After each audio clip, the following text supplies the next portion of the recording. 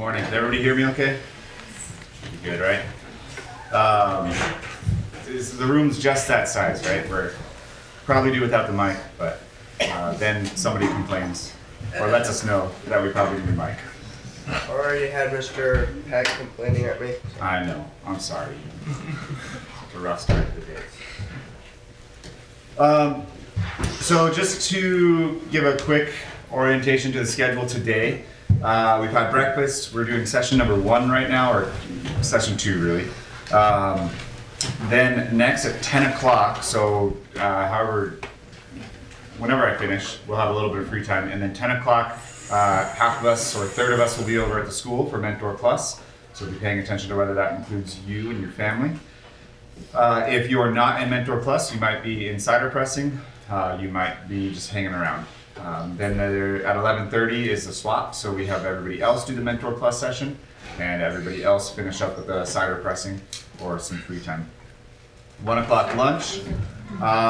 We will all eat together. Lunch, just as we've done dinner and breakfast, will be here in the dining room at 1 o'clock. It's just going to be a regular lunch. Last time we had a little teaching session during that. We're not going to try that again. That's why we did that last night. So it will just be lunch at 1 o'clock. 2 o'clock, we call it nuts and bolts. At that point, the boys will actually be leaving with Mr. Armstrong and Michael. Yeah, and I'm not sure exactly what they're going to be doing, but something like archery tag or pickleball or Basket weaving. Yeah, basket weaving. Underwater. Basket weaving. Yes. So the guys will be gone for that, and all the parents will come in here. We'll circle up the couches, and nuts and bolts is a time for us to be able to talk about some leave expectations, be able to talk parent to parent without the guys around, and so you can feel a little more free to ask some questions maybe. It's an opportunity to talk about tools like the journaling that we've discussed, and we'll get into this more later. But if you have any questions about kind of the nuts and bolts of how the program works too, that's where that happens. So if you have some lingering questions about progress reports or the grades or whatever like that. So if you've had any questions along those lines that have not really been answered to your satisfaction yet, write them down between now and then. I'll be ready to bring it up at that time during nuts and bolts. That'll take about an hour, maybe less, and then we'll take a very short break, a little 5-minute break as we split up. The men will stay here for a men's session, and the ladies will go over to the bunkhouse, which is the building right next to the gym. And you ladies will have a women's session over there from 3 to 4 or 4:30, depending on how that goes. And then we'll have a break, free time for cider pressing, lawn games, whatever else. And then we'll be back at dinner. And I'll give you an orientation toward the end of that. Well, no, I'll keep going. After dinner, we'll have a highlight reel. We might start that highlight reel a little early. Other times, with that hour and a half between dinner and highlight reel, we've found ourselves kind of, can we start the next thing? So don't wander off anywhere at 7 o'clock this evening. We might start things early. Highlight reel will be the video another video session with you guys, video series. And then we're gonna have a parent alumni testimony. And this year I've asked Caleb and Heather Brotherton to do it. Yes, they're staff, but they're also alumni parents. Their son came to the program 7 years ago, 7.5 years ago, something like that. Shortly after I came to the program, I was his mentor. And so they're gonna share from the perspective of their experience as parents, not so much as staff. They're gonna take that hat off. That'll be great. Change your clothes, take off the shirt. And so they'll share their testimony, and then we'll end with worship that evening as Derek leads, and then we'll head back to the staff houses. So, any questions about that schedule? All right, well then, that said, I'm gonna pray, and then we're gonna go ahead and kick off my first session. Father God, I love you, Lord. You are so good and full of mercy. And we turn to you right now and ask that you would lead us and guide us, how you give us wisdom and discernment. And as we discuss purpose, as we discuss our purposes, and what we're doing on this earth, Lord, I just pray that we would understand a little better who you are, who we are in relation to who you are, God, what you've called us to in the here and now. and God, what we need to be aware of. God, help us to do better, Lord. Not in our own strength, not by picking ourselves up by our bootstraps, God, but by leaning into you, by trusting you, by confessing our weakness, our brokenness, and our need for you to lead and guide, Lord. For you to fill us with your spirit, your power, your might, Father. So God, we give you the morning, we give you this session, Lord. Pray, Father, that you would be magnified in it. In Jesus' name I pray. Amen. All right, so as I mentioned earlier, this is an ongoing kind of series. I mentioned Kathy Cook, I meant to bring her book. One of her books is back at the back. It's 8 Great Smarts. That's another one of hers. 5 to Thrive, I don't have it on me right now. But the whole idea is seeking wholeness. It's this idea that we are full of holes and that we've been trying to fill those holes in different ways. We all answer those questions of who can I trust in different ways? Who am I? Who cares about me, or to whom do I belong? We all have answers for those questions. We might not think about those questions very clearly. We might not have verbalized it to ourselves. So that's Kathy Cook, by the way. Her name is spelled very interesting. 5 to Thrive and What to Do When They're Not. Or sorry, How to Determine If Your Core Needs Are Being Met and What to Do When They're Not. So she works a lot with children and a lot with educators on kind of finding your way through that. And it's not just her trying to sell her idea on this stuff. It's her heart to see people experience wholeness, being at rest in who you are, being at rest in who God has you, and where God has you. And our culture offers up so many counterfeits to these questions. And I don't, like, if you divorced us from culture, we didn't even have a culture if that was possible. It's not. But if it was just you and your isolated self, we'd also come up with counterfeits. But in our culture, we find all kinds of counterfeit answers to these questions. We also might find some healthy answers. And that's what Kathy Cook spent quite a bit of time on, is driving us towards some healthy answers to these questions. Healthy wholeness, healthy, we're going to look at purpose right now, finding healthy purpose. But a lot of times those healthy purposes can fade into that counterfeit, can fade into that unhealthy answer. And we're going to explore that in just a second. This session is going to be a lot of talking to each other and having you guys answer back, give me some ideas. And so we'll get to that in just a second.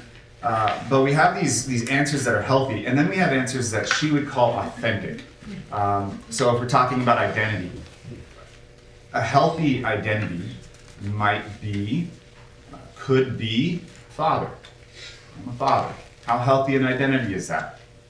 It can be pretty healthy. You are a dad or a mom. You are a son. Having that kind of identity can be healthy, but that can skew into an unhealthy place. How does that become an unhealthy answer? How could you imagine an answer like my identity is father becoming an unhealthy answer? You stop being a father. All right. How might you stop being a father? Kids pass away or relationships stop. I remember Adoniram Judson is one of those inspiring missionary stories that you read about. First American missionary, they call him, but it was like, I think he's the first American missionary. He like raised support and went on the field, and he tried to go to India and then couldn't go to India and ended up in Myanmar with his wife, and they had multiple children, and the children were passing away from crazy diseases in Myanmar. And she ended up going insane from the losses. And when you have that as your identity, I am mother, and you're losing your children, and you're not a mother, and you've made that your core identity, that can become an unhealthy place. Even if you still are a parent, but it's become core. And that's where I would, instead of using authentic wholeness or authentic identity or authentic purpose, I would push maybe actually the ultimate. When we take healthy and start moving that into a place of ultimate, that's when we start getting things sideways. If you're father, that's great, but that's part of your identity. Purpose, that might be a purpose for us, being a good father, being a good mother. But when that starts to become our ultimate, when that becomes our driving motivator, when that becomes how we see ourselves and how we define ourselves, then we start to get sideways in it. We start to lose sight. We start to stray. I'm going to do things a little backwards this weekend. One of the times I was introducing this, I put up pictures of cakes that my wife had made. You guys remember? Anybody here for those? She used to, the staff. None of the parents were? You guys weren't here when I did the cake? Showed cakes maybe. I don't know how long ago it was. But she used to go all out making birthday cakes for the kids with like fondant, so that shaped sugar stuff. And the idea was the authentic is the cake itself. And when you finish the cake, great, you got a cake. But then, it kind of just looks like a blob of like almost plasticky looking sugar. And then she starts doing the details and the little creatures or creations and the swirls and everything. And you add that to the cake and all of a sudden the cake looks like, oh wow, that looks really, really neat. If the cake is the authentic, the ultimate, and then all the garnish on top, all the extra designs are the healthy answers. The things that aren't necessary to be there, but they add to it. But if that was all it was the little details, we've got it backwards and we don't have a cake at all, we just have some decorations. So I would very much like to spend this time getting into like the cake, authentic wholeness, authentic purpose, but I really wanted to leave that for Sunday. So I'm going to start with the details. So I guess if Cake Boss, right? That was a thing. I think sometimes they would make all the details and set them to the side and then make the cake. That's what we're going to do. We're going to work on the details, set that to the side, and tomorrow we'll work on the cake itself. So when we turn to purpose, some people might use the word calling. I've used it there on the title. I'm not going to use it in my session. I want to stick with the idea of purpose. You guys can open up near the back of your books and you start hitting some notes pages. And you can find this purpose and competency page. It's a double column. You can use that for notes. And then there's a blank side on the left there that you can use for notes that aren't directly answered in those double columns.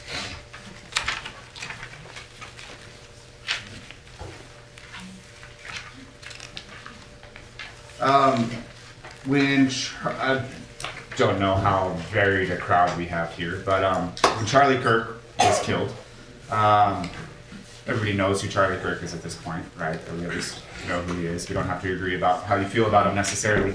I watched a lot of Charlie Kirk before he passed, before he died, and there were things I really liked about him. There were things that I hesitated about over him,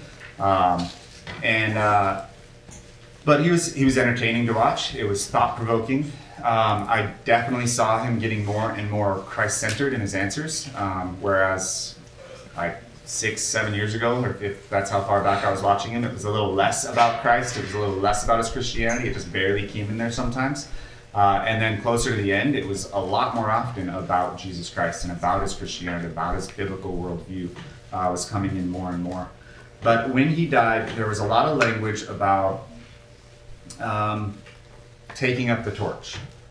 That the bloody microphone is on the ground and I'm going to pick it up and carry it. It might have been Michael Knowles said that, or Ben Shapiro.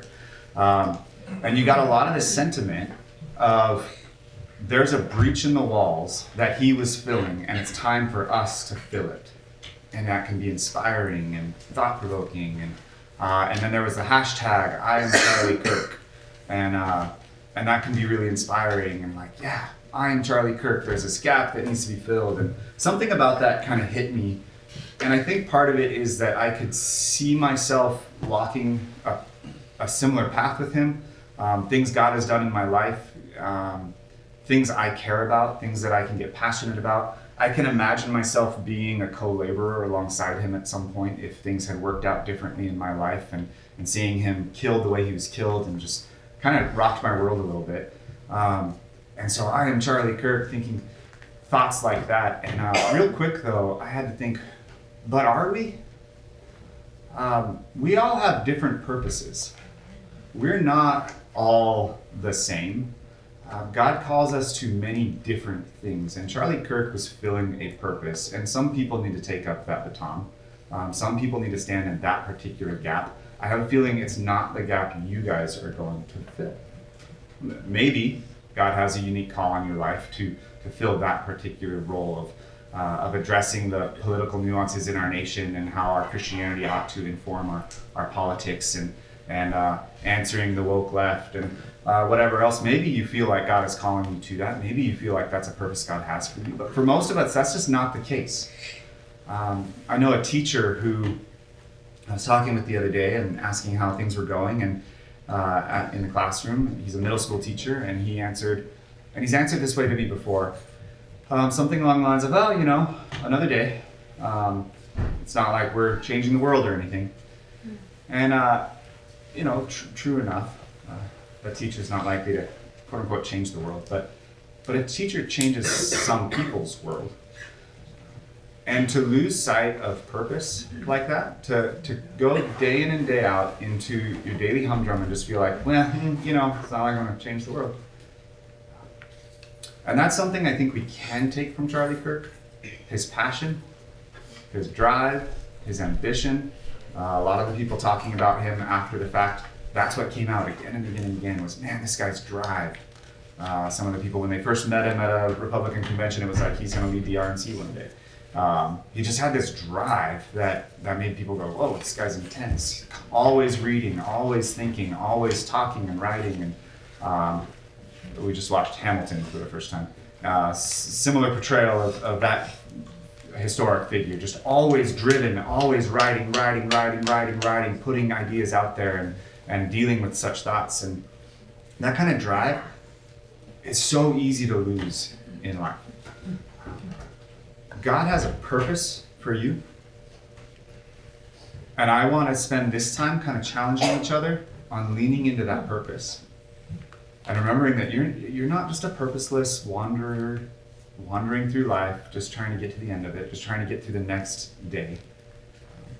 We might go through seasons of being in survival mode where you're just trying to get to the next day. But let's not stay there.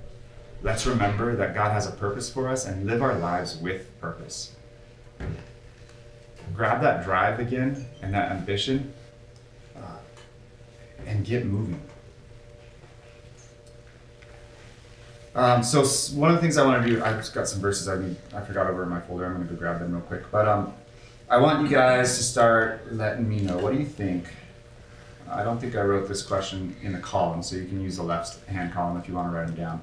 But what purposes does our culture offer us? What purposes do we find ourselves tempted to live out in this world? They don't have to be necessarily, do I want us to focus on the negative? Let's focus on the counterfeit and the ones that are more likely to be unhealthy. Maybe we can list some that our culture offers us. So what are some purposes our culture offers? Boys, I'd love for you to feed into this. Can you say again what page we're on? Sorry. Yeah, it doesn't have a page number. I always just had this double column page it's kind of near the end and some notes. All right, purposes, meaning. Why are you alive? What does our culture want to believe you should seek as a purpose in life? Career. Okay, your career. We'll list that and we'll discuss where we think that falls. To achieve the American dream. Success, the American dream. Follow your heart. Ooh, Disney. Oh. Pleasure. Follow your heart. Pleasure. Money. Fame. Money and fame. Freedom. Followers. Followers. Whatever makes you happy. Comfort. Security. Hedonism.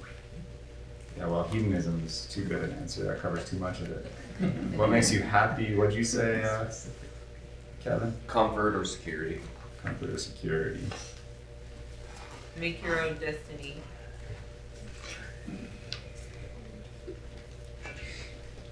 Make your own destiny. How about changing the world? You said make your own destiny, and that just came to me. One of the things that I've been thinking a lot about. Son, was that you that said hedonism? Oh, Giles. I was going to say, way to go, Sonic. Yeah, hedonism is great. I was thinking in our culture, there's a lot of cultural stories. Like if you look at the Greek myths, my mom teaches the Greek myths a lot in high school, and I taught some here. She does teach some with the boys, but Greek myths, other cultural myths, there are a lot of warnings specifically against hedonism. Boys, you know what hedonism is? Any of you boys, can you give me a definition? All right. So yeah, serving yourself, just giving yourself pleasure of some sort, seeking what makes you happy, follow your heart. A lot of cultural stories warning against hedonism, and it's one of the highest ideals in our society right now. Like, how many shows, how many movies, how many stories are telling you just follow your heart, do what makes you feel good. Not happy in your marriage, get out of it. Like, just the story all over the place is do what makes you feel good. So we've held hedonism up to be this paragon of living, and it's warned against in culture after culture after culture. And then make your own destiny. Another thing warned about in so many cultural stories, but especially the Greek myths, is another H word, hubris. Any of you young men know what hubris is defined as? None of you? No? Oh, they should. They should. Come on. They're in trouble now. Hubris, this idea that you are undefeatable, this idea that you can do anything, you can take down the gods. And that's the story of many of those Greek myths. That nothing can stand between you and your ultimate success. Is that a cultural narrative we tell very much in this society? Again and again and again. So these two, hedonism and hubris, condemned in culture after culture after culture, but when you have a society that leans into those two ideals, then the fall will come. We're not in a good place. So make your own destiny. Any other purposes? Immortality, Immortality. Yeah?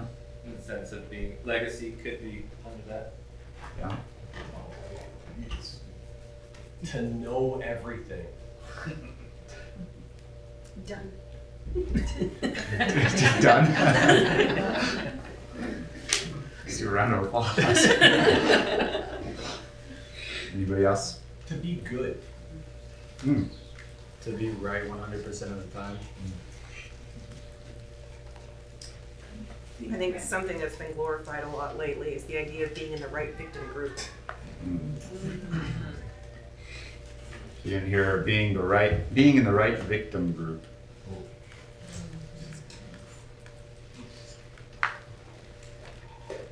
And I feel like we might even be in a place where being always right isn't what's being pursued. It's just making sure that you tell everybody else how wrong they are.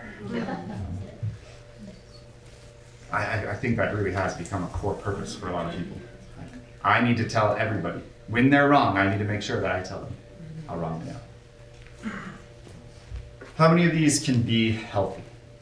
Now we have career. Can that be a healthy purpose? Yeah.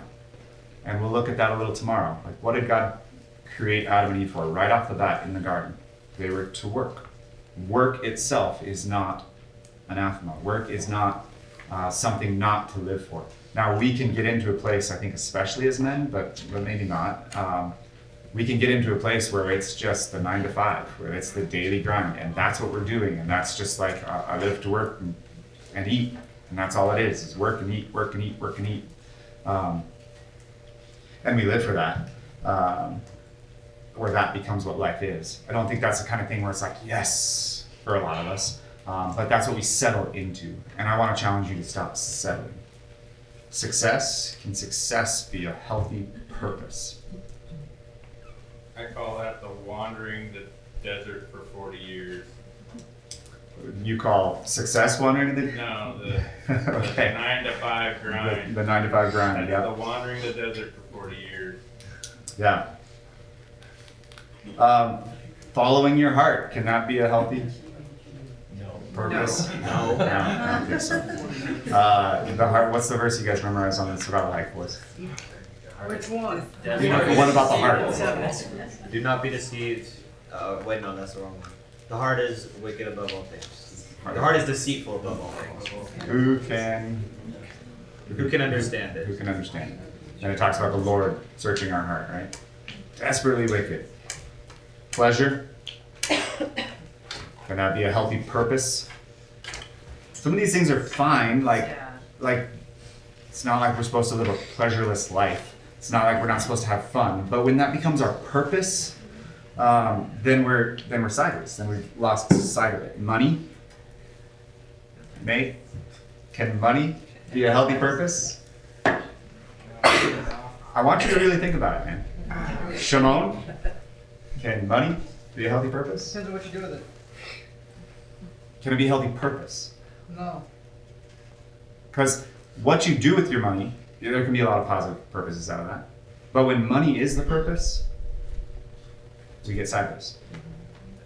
We get off track. We kind of said it, pleasure and whatnot, but entertainment, I would add. Especially for the young. How many of you, and this is where I want to dig in on being purposeful in your purpose. Okay, your parents. How about that? Is that a purpose that can be healthy? Like, let's stretch into that. Let's do that first, actually. No.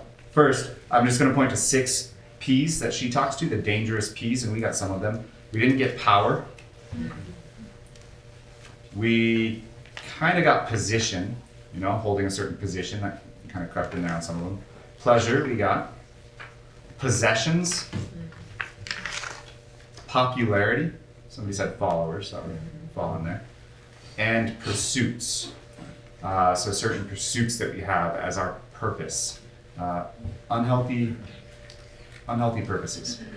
How about some healthy ones? Not authentic. I don't want to get into the authentic or the ultimate yet, but these will start to kind of share a very close border with them. So what are some healthy purposes? Spread the gospel. Okay. Yeah, this is going to really closely border authentic and ultimate, so we'll have to discern that later. But spread the gospel, you said. Serve others. Richard? Well, I don't know if I'm jumping the gun here. Yeah, I'll lay down some parameters in a second, but go ahead and say Yeah, yours. the chief end of man is to glorify Yeah, no, God. stop talking. This is ultimate. Yes, That was way- definitely an ultimate. So the way we'll split this out is let's do ones that are not what every believer is called to. What every believer is called to, the purpose for every believer, we're going to leave that in the ultimate category. So to glorify God and enjoy Him forever, we're going to leave that there. Serving others, that's one that every single believer is called to. How that looks is going to look different. So I'll give you a healthy one. Be a missionary at the Flying H. Okay? That is a purpose for me, serving lost boys, serving your boys, serving your families. That is a purpose in my life that I believe is healthy. It's not ultimate. We might want to say that's ultimate, but it's not ultimate. Ultimate is serving Jesus Christ, glorifying God. The way that is being played out in my life, in my individual life, and not in other people's lives, is going to be that healthy purpose. So let's look for ones like that. Does that make sense? Those parameters make sense? So where are some things that maybe you as an individual are called to, people you know in your life are called to, that maybe you're not called to, that are healthy, that are closely linked, rooted in authentic and ultimate, but are not the authentic and ultimate that all believers are called to? Go for it. Parenting. Yes. Not everyone's called to it. Pastoring. Very few are called to it. Counseling. Or counselor. Probably less are called to it. No, I don't know. The numbers not changing. Teaching. Homeschooling. Missionary in your workplace. What's that? Business as mission, I'm going to call that. BAN. Business as mission is a kind of a big movement in the last decade of using your ministry, intentionally recognizing that this is my mission field. It doesn't mean constantly preaching the gospel all the time at work. It means doing all things as unto the Lord, working in a way that points people toward Christ when those opportunities arise. So, BAN. Providing a safe place for children. Okay. Others? Marriage. Marriage. Not everybody's called to it. And on that point, what's the flip side? Being single. Singleness. you're called to it. Well, being a stay-at-home wife, is that a purpose and a calling?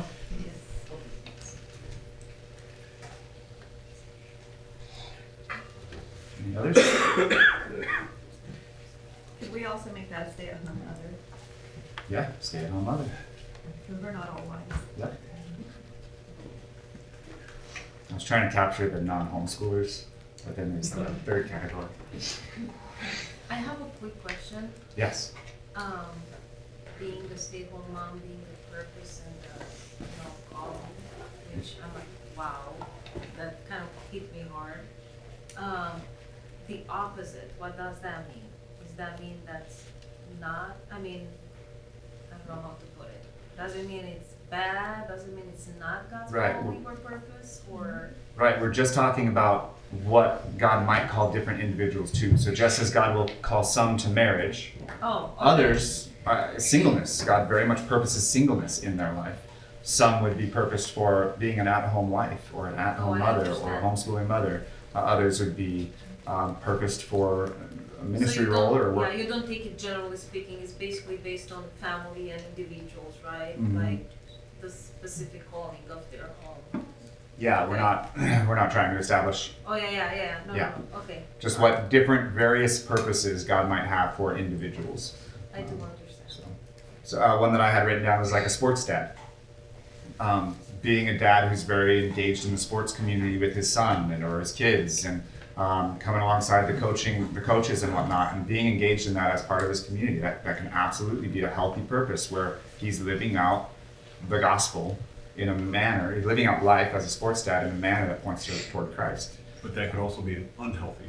Absolutely. There's a lot of unhealthy sports parents out there. Absolutely. And I would say that any one of these can, when they start to become ultimate, if my whole purpose is pastoring, if my whole purpose is this, and it's not rooted in the ultimate of being for God's glory, in order to serve Jesus, if I'm here because I care so much about these boys, I care more about them than anything else in the world, then they become ultimate and Christ becomes less. I'm here because Christ is my all.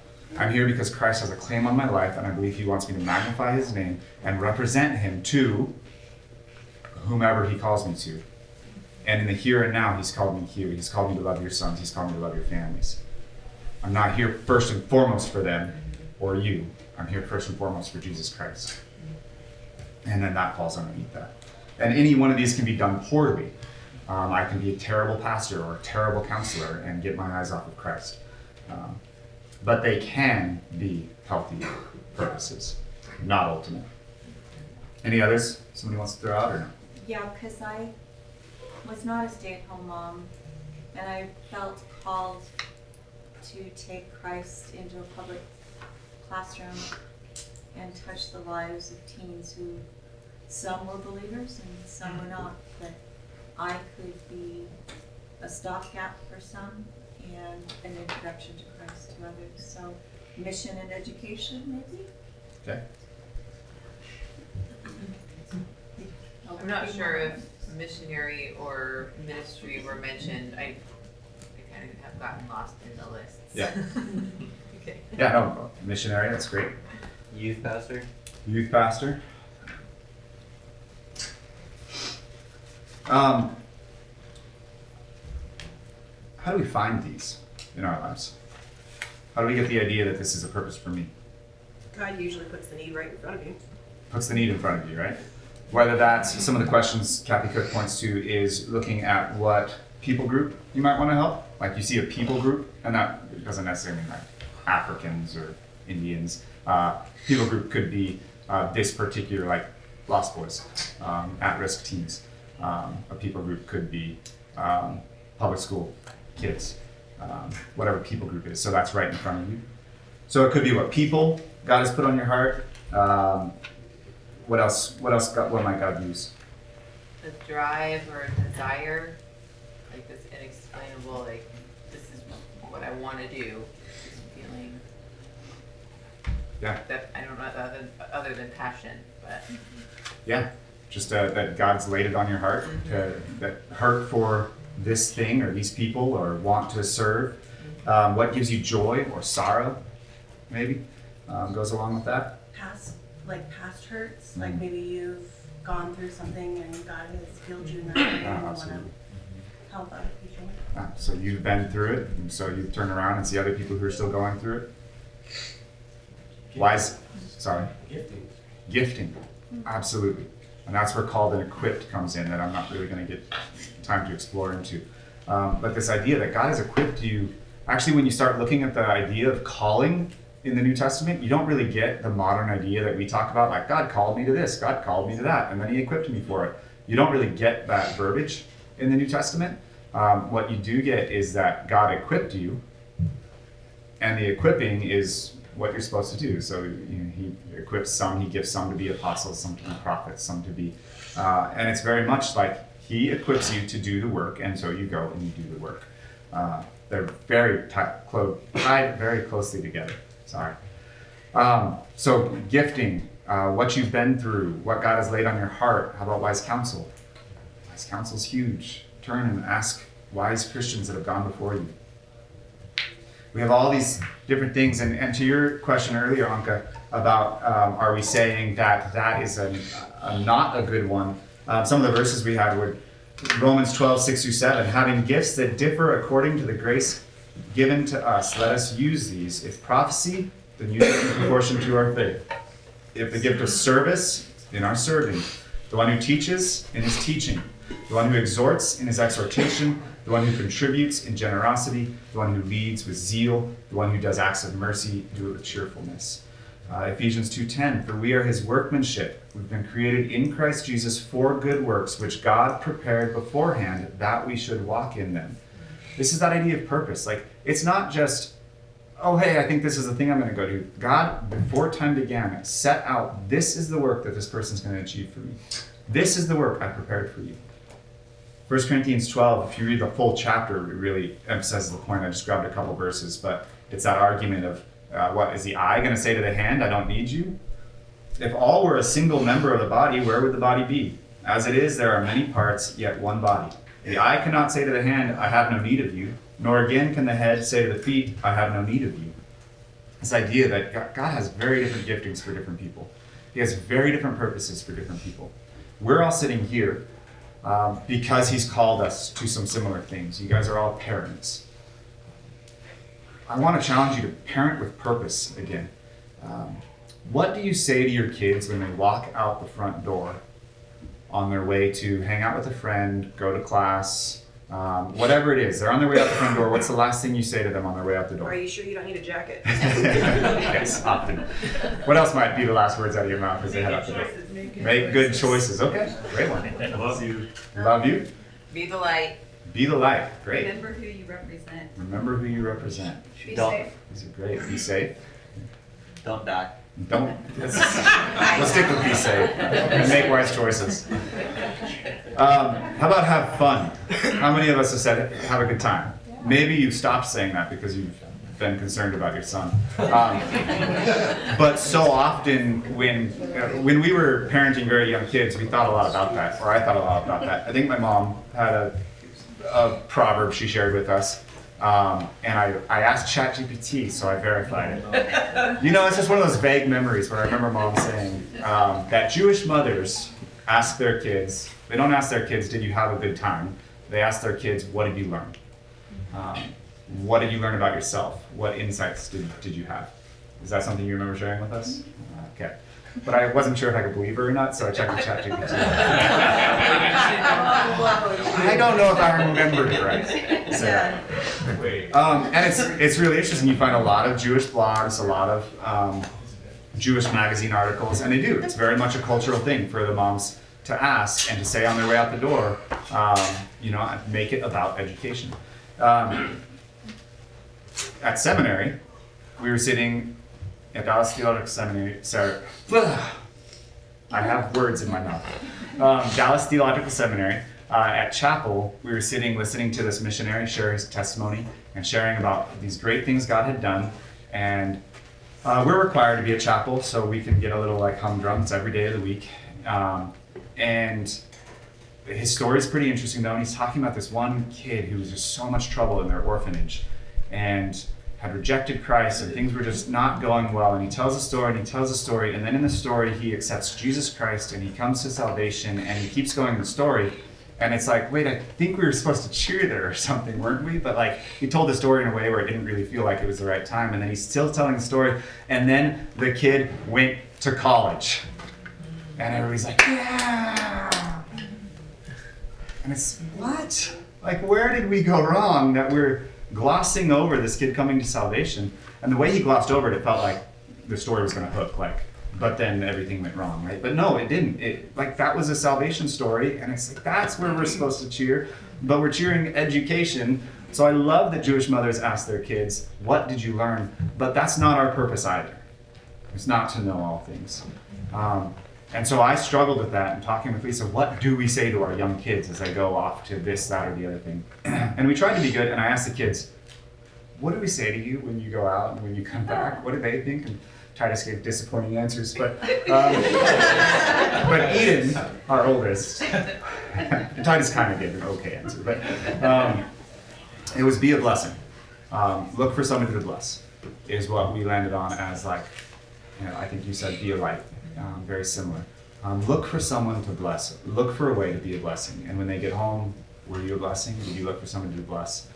And very often it's, I don't know. Okay, but the idea is, like, we're programming our children. And if we're saying, have a good time, and they get home, did you have a good time? We're programming them. We're telling them that that's our most important priority for them as they walk out that door. We're telling them that's our most important thing to know about how their day went. Did you have a good time? That's very cultural, it's very American. For the Jewish mother, it's, did you learn anything? That's a great purpose, but it can't be our ultimate.